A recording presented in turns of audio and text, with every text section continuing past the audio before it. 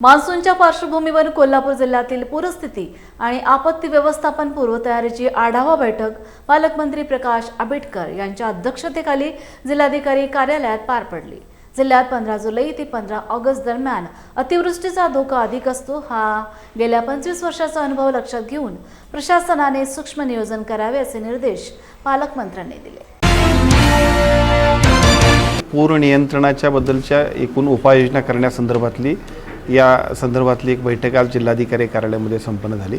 विशेषतः आता मे महिना आहे आणि जून महिन्यामध्ये किंवा जून नंतर जुलैमध्ये जी काही कोल्हापूर जिल्ह्यामध्ये आणि एकूणच महाराष्ट्रात पुराची परिस्थिती तयार होते, या सगळ्या गोष्टींवरती उपाययोजना खबरदारी करण्यासाठीची जी काही एकूण नियोजन करायला पाहिजे त्याच्या संदर्भातलं नियोजन आज जिल्ह्यातल्या सगळ्या अधिकारी आणि लोकप्रतिनिधींच्या उपस्थितीमध्ये नियोजन करण्यात आलं।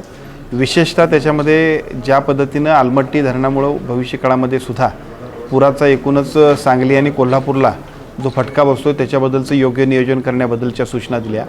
PWDची यंत्रणा असेल, जिल्हा परिषदेचे बांधकाम विभाग असेल, जिल्हा परिषदेच्या बांधकाम विभागाबरोबरच महानगरपालिकेच्या एरियामध्ये सुद्धा आणि ग्रामपंचायतीच्या स्तरावरती सुद्धा जिथं जिथं अशा पद्धतीच्या नाले असतील, वेगवेगळ्या पद्धतीचे केटीवेअर्स असतील, जिथं जिथं पाणी साचतंय किंवा त्याच्यामुळे पाण्यातनं उद्या ट्रॅफिक थांबू शकते अशा पद्धतीची जी परिस्थिती असते त्याची उपाययोजना, त्याच्याबद्दलची स्वच्छता, या सगळ्या गोष्टी कराव्यात जेणेकरून लोकांना महापुराचा त्रास होणार नाही याबद्दलचं नियोजन। त्याचबरोबर आपत्ती व्यवस्थापनाची संपूर्ण टीम त्यांनी सुद्धा त्यांचं प्रेझेंटेशन की कोणत्याही परिस्थितीमध्ये कोल्हापुरात अशा पद्धतीचा जर प्रसंग आला तर त्यासाठी अतिशय सज्ज अशी यंत्रणा आता आपल्याकडे उपलब्ध आहे। या सगळ्या विषयाची माहिती सर्व लोकप्रतिनिधींच्या उपस्थितीमध्ये घेतली आणि कोणत्याही परिस्थितीमध्ये कोल्हापुरात पूर, महापूर या सगळ्या परिस्थितीमध्ये सुद्धा कोल्हापुरातल्या कुठल्याही नागरिकाला अडचण होऊ नये यासाठीचं योग्य ते नियोजन आपण केलं।